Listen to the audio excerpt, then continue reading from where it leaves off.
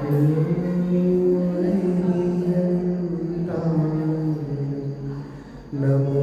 सीताय नमो आयुर्याय नमो वैछाय नमो लोहि सर्वेषां मंगलम भगवान वीरो मंगलम गौतमोगरी मंगलम कुंदकुंदायो जैन धर्मो सुमंगलम जैन धर्मो सुमंगलम। हमारी चर्चा आचार्य बालदेव सिंह सूरी के श्री छत्र चूड़ामणि ग्रंथ पर चल रही है। यह जीवनदर स्वामी के ऊपर लिखा गया ग्रंथ है। जीवनदर स्वामी 23वें कामदेव थे। कामदेव का मतलब होता है जो सर्वांग सुंदर होता है, जिसे देखकर लोग प्रसन्न होते हैं, अहोभाव कहते हैं, इतना सुंदर कामदेव। अब जीवनदर कुमार ने काष्टांगार को मारकर राजा बन गए हैं और उन्होंने अपनी 7 ही पत्नियों को अपने राजपुरी नगरी में बुला लिया है। 8वीं पत्नी से भी उनका विवाह संपन्न हो गया है। अब क्या होता है कि जीवनदर कुमार राजा बन जाते हैं। राजा बन जाने पर राजा कैसा होता है, राजा को किस किस प्रकार कार्य करना चाहिए, उसकी चर्चा अपन ने कल देखी थी। बहुत सुंदर चर्चा आई थी। राजा उसको कहते हैं जो प्रजा के दुख में दुखी हो और प्रजा के सुख में सुखी हो। राजा उसको नहीं कहते जिससे प्रजा से कोई मतलब ही नहीं है। देखो पाकिस्तान का हाल, पाकिस्तान में महंगाई चरम के ऊपर है और वहाँ के प्रधानमंत्री को कुछ असर ही नहीं है। लोग मरे या जिए उससे राजा को फर्क नहीं पड़े, वो सच्चा राजा नहीं है। सच्चा राजा तो वो है जो लोगों के दुख में दुखी हो और लोगों के सुख में सुखी हो। बहुत अच्छी बात आई थी। राजा जो टैक्स लेता है लोगों से, वो टैक्स से सारे काम करना चाहिए उसको। तो जितने भी टैक्स देने वाले लोग हैं वो टैक्स देना दान के समान समझेंगे। जैसे मान लो हमने सरकार को टैक्स दिया है और सरकार उस टैक्स के बदले बहुत सारा काम करे, तो बताओ, तो हमको प्रसन्नता होगी ना कि इन्होंने बहुत अच्छा काम किया है। तो राजा इस प्रकार होना चाहिए। अब जीवनदर कुमार की राज्य व्यवस्था, श्लोक क्रमांक 9। प्रवृत्तिस्मिन् भुवं कृष्णा रक्षेत पुरीयमिव राजन्वन्ती च भूरासी सीदन वर्तम रत्नसुरापी। सारे कार्यों में सावधान इन राजाओं के एक नगरी के समान सारी पृथ्वी की बुद्धिमान से रक्षा करने पर पृथ्वी श्रेष्ठ राजाओं से युक्त सार्थक और रत्नों को देने वाली हुई। सलाह, राजा जीवनदर कुमार राज्य कार्यों में अत्यंत सावधान रहते थे। जीवनदर कुमार अब कौन हो गए हैं? राजा। अब वो सारे कार्यों में कैसे हैं? सजग। अपने विशाल राज्य को एक नगरी के समान सहजता से संभाल रहे हैं। पता है, राजा बनना कोई छोटी बात नहीं है, पूरे देश को संभालना पड़ता है। आज आप पूछो प्रधानमंत्री नरेंद्र मोदी से, गाली देने वाले तो 100 हैं, लेकिन पूरी भारत की व्यवस्था करनी पड़ती है। एक व्यक्ति पूरे भारत की व्यवस्था करता है, बहुत जिम्मेदारी है उनके ऊपर। भारत कोई छोटा देश नहीं है, बहुत बड़ा देश है। ऐसी जीवनदर कुमार बहुत बड़े राज्य के राजा थे, तो उनको सारी चिंताएं, सारी आकुलताएं बनी रहती थी। राजा बनना कोई सरल नहीं है, कांटों के ताज के ऊपर बैठने जैसा है। क्योंकि अच्छा काम करोगे तो लोग प्रसन्नता करेंगे और बुरा काम करोगे तो लोग गालियां आपको ही देंगे। अपने विशाल राज्य को एक नगरी के समान सहजता से संभाल रहे। अब देखो ना, हम घर को नहीं संभाल पाते चाचा जी। घर का कोई बड़ा हो ना और घर में 4-5 व्यक्ति भी हो, वो नहीं संभलते। पत्नी अलग जाती है, बेटे अलग जाते हैं, बच्चे अलग जाते हैं, कोई किसी की सुनने तैयार नहीं है। तो घर को संभालना कितना मुश्किल बात है, और कोई व्यक्ति देश को संभाल रहा है, कितनी बड़ी बात है। तो राजा बनना कोई छोटी बात नहीं है। अतः पृथ्वी राज बनती, अतः श्रेष्ठ राजा वाली तो हो ही गई है, और रत्नसु अर्थात रत्नों को उत्पन्न करने वाली भी बन गई है। राजा जीवंदर कुमार एक सेठ पुत्र रत्न है, अतः पृथ्वी की रत्न सुसंज्ञा भी सार्थक हो गई। राजमाता विजया को संसार से विरक्त थी। अब क्या घटना घटती है? जीवंदर कुमार की माता, उनका नाम क्या है? विजया।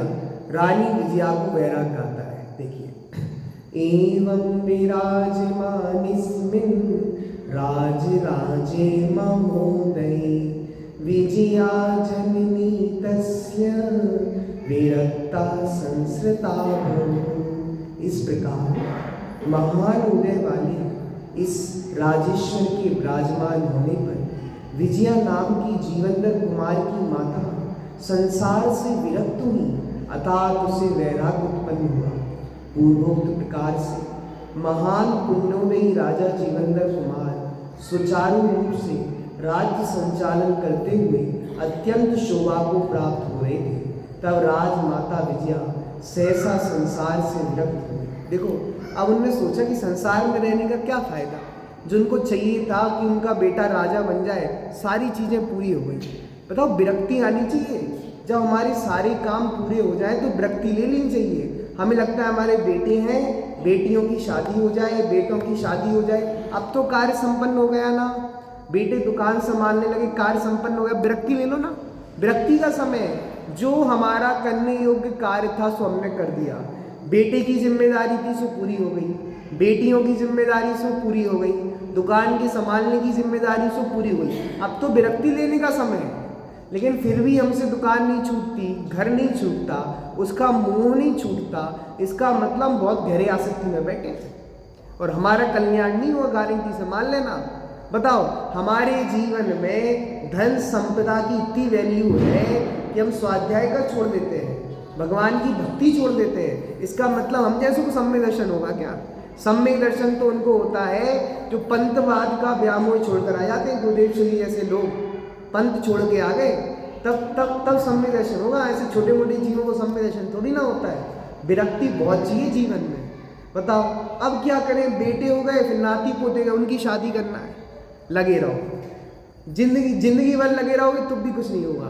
तीव्र मोह में मरोगे और उसी घर में जाके कहीं सर्प बनोगे, कहीं छिपकली बनोगे, कहीं चूहे मरोगे, क्या क्या बनोगे। और बच्चे ही कहेंगे ये चूहा बहुत खराब है, यहीं घूमता रहता है। हम तो पिंजड़े में बंद करना चाहते हैं, घुसता ही नहीं पिंजड़े में। क्यों नहीं घुसता?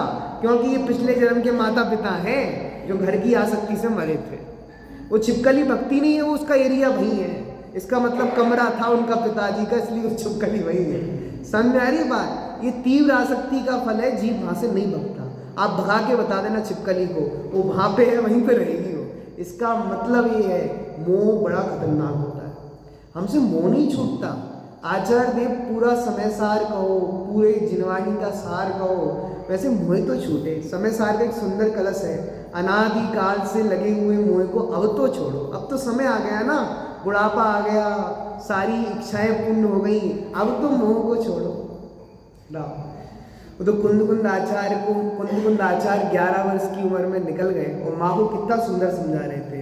मोह तजो रे माता, मोह तजो जानो दो बने रे माता, मोह तजो। उनकी माता भी समझदार, मोही, तो कहती बेटा तुम, मैं मोह नहीं छोड़ूंगी, तुम हट तज दो। वो कुंद आचार्य कहती हट तजो रे बेटा, हट तजो मत जाओ वनवा रे बेटा, हट तजो। किसकी जीत हुई? बेटे की जीत हुई। हटी लोगों की जीत नहीं हो। मतलब ठान लो, ये गर्जी का मार्ग है, मर्जी का मार्ग नहीं है। कुंद आचार्य को 11 वर्ष की उम्र में गरज थी, हमें बुढ़ापे में गरज नहीं होती। गजब बात है ना। कितनी विरक्ति हुई 11 वर्ष की उम्र में। क्या संसार देखा था अभी? क्या रिश्ते नाते देखे थे? कुछ नहीं देखे थे। 11 वर्ष उम्र खेलने की उम्र होती है। अंटियां खेलते होंगे, गिल्ली डंडा खेलते होंगे और वैराग आ गया। किसको कहते हैं? वैराग। वैराग ये नहीं देखता कि बुढ़ापा है कि बचपन। देखो, रानी विजया को वैराग आ गया। देखिए, राजमाता विजया का संतोष प्रकट करना। पैतृकम पद्मद्राक्षा पुत्र पुंगवे, कृता परोपकर्ता कृत्या यथोचितम्। इस पुत्र श्रेष्ठ में मैंने पिता के पद को अर्थात राजा के पद को देख लिया है और पहले उपकार करने वाले को ही यथोचित कृत्य कर दिया है, अर्थात पहले जिन्होंने हम पर उपकार किया था उन सब का हमने प्रत्युपकार कर दिया। सारे काम संतुष्ट हो गए। वो उनका एक ही लक्ष्य था कि मेरा बेटा राजपुरी नगर का राजा बन जाए। बताओ श्रुत बन गया कि नहीं बन गया? मैंने जीते जी अपने सर्वोत्तम और इकलौते पुत्र जीवनधर कुमार को अपने पिता का राज्य प्राप्त करके राज्य अधिकारी के रूप में देख लिया है। मेरी असहाय विधवा अवस्था में उपकार करने वाले पद्माशय आदि का यथाशक्ति यथायोग प्रत्युपकार भी कर दिया है। अतः अब मैं सभी प्रकार से शल्य रहित हो गई हूँ। राजमाता के पुण्य पाप विषय विचार। अब राज्य माता पुण्य पाप के संबंध में विचार करती है, क्योंकि अभी क्या उमड़ रहा है? वैराग्य। तो वैरागी जीव के परिणाम भी कैसे होते हैं वो देख लेना चाहिए। देखो, फलम च पुण्य पापानां मयामप्येव भीक्षितम् शास्त्राद्रते किमन्यत्र कर्म पापोयमीक्षिता। और जब मैंने शास्त्रों के बिना अपने आप में पुण्य और पाप का फल देख लिया है, तो फिर यह कर्मों का फल दूसरे स्थान में मैं क्यों देखूं? सदा शास्त्रों का श्रवण या पठन किए बिना ही मैंने अपने जीवन में पुण्य पाप का फल प्रत्यक्ष देख लिया। वो कह रहे शास्त्रों में नहीं पढ़ा, ये देख ही लिया है। कहाँ तो मैं रानी थी, पुण्य का उदय था। कहाँ शमशान भूमि में गर्भवती अवस्था में पड़ी रही, पाप का उदय था। इतनी मतलब संपन्न अवस्था होने पर ही विपन्नता आ गई, पाप का उदय था। मैंने पुण्य पाप का उदय प्रत्यक्ष देख लिया है। मुझे शास्त्रों में नहीं देखना, मैंने तो प्रैक्टिकल करके देख लिया है। तो जो प्रैक्टिकल करता है उसको जल्दी वैराग्य आता है। ये शास्त्रों की बात पढ़ के जो थ्योरिकल बातें हैं उनको पढ़ के वैराग्य नहीं आता। जीवन में प्रैक्टिकल हो तो वैराग्य जल्दी आता। देखो, अनुभव कर लिया है, अतएव अब पुण्य पाप का फल दूसरे प्राणियों के जीवन में देखने की आवश्यकता ही नहीं है। हम क्या सोचते हैं, हम दूसरों के अनुभव से सीखेंगे, दूसरों के अनुभव से सीख लेना चाहिए। सीखो ना राजमाता विजया के अनुभव से, इनके जीवन में पुण्य पाप दिख रहे हैं कि नहीं दिख रहे हैं? नहीं, हम पैसे वाले हैं, जब हम करोड़पति से रोड़पति होंगे तब देखेंगे। अरे दूसरों के अनुभव से सीख लो। नहीं, हम नियम संयम धर्म तो बुढ़ापे में आके करेंगे। दूसरों के अनुभव से सीख लो ना। बुढ़ापे में कितना सुनाई देता है, कितना याद रहता है, कितनी समझ रहती है। नहीं होगा धर्म, नहीं समझ में आएगा समय सार और प्रवचन सार और गवर्नमेंट सार। उसके लिए अभी प्रज्ञा लगानी पड़ेगी, अभी बुद्धि लगानी पड़ेगी। यह जगत ही देखो विशेषा पाप पुण्य के फल प्रत्यक्ष अपने जीवन में देखने वाली मात्र विजया माता ही नहीं है। अन्य सजग और विचारशील व्यक्ति शास्त्र आधार के बिना ही अपने जीवन में पाप पुण्य के फल को प्रत्यक्ष देख सकते हैं, अनुभव कर सकते हैं। मात्र देखने की दृष्टि चाहिए। बताओ, अपने जीवन में उतार चढ़ाव देखते हैं कि नहीं देखते? कभी दुकान, कभी घर नहीं था, कभी घर है। कभी पहनने को खाने को कुछ नहीं था, आज सब कुछ है। देखा नहीं हमने अपने जीवन में पाप पुण्य के विचार को? देखा है, रोज देखते हैं, लेकिन देखने की दृष्टि नहीं। यह जगत ही पाप पुण्य का प्रत्यक्ष प्रदर्शन है। सारा पुण्य पाप काहे जगत में देखो आके बस। आंखें खोलकर देखो ना, जगत में पुण्य पाप का ही खेल चल रहा है। राहुल गांधी के पाप का उदय प्रधानमंत्री नहीं बन पा रहा, और मोदी जी का पुण्य का उदय रिपीट हो गए 2014, 2019, और कुछ राजनीतिक लोग कह रहे हैं दोबारा रिटर्न 2024। मतलब पुण्य पाप का प्रत्यक्ष फल भोगने वाला व्यक्ति अपने पाप पुण्य के फल का प्रत्यक्ष दर्शन करता है। विवेकशील राजमाता विजया ने पाप पुण्य दोनों का सर्वथा त्याग करने से अर्थात वीतरागता रूप सत्य धर्म ग्रहण करने का निर्णय किया। राजमाता विजया का दीक्षा लेने का विचार। वैसे श्लोक पढ़ते हैं, फिर अपन गाते हैं। सुनो, अतोपास सुत स्नेहम तपस्यामि यथोचितम ज्ञात्वापि कुंडपातोऽयं कुत्सितानां हि चेष्टितम्। इसीलिए मैं पुत्र का मोह छोड़कर यथा योग तप करूंगी। किसका मोह छोड़ूंगी? पुत्र का बहुत मोह था अभी, अब पुत्र का मोह छोड़ के निश्चय से संसार के स्वभाव को जानकर भी इस संसार रूपी गड्ढे में पड़े रहना नीच पुरुषों की चेष्टा है। गड्ढा बुरा है तो निकल जाओ ना गड्ढे में से, क्यों डले हो गड्ढे में?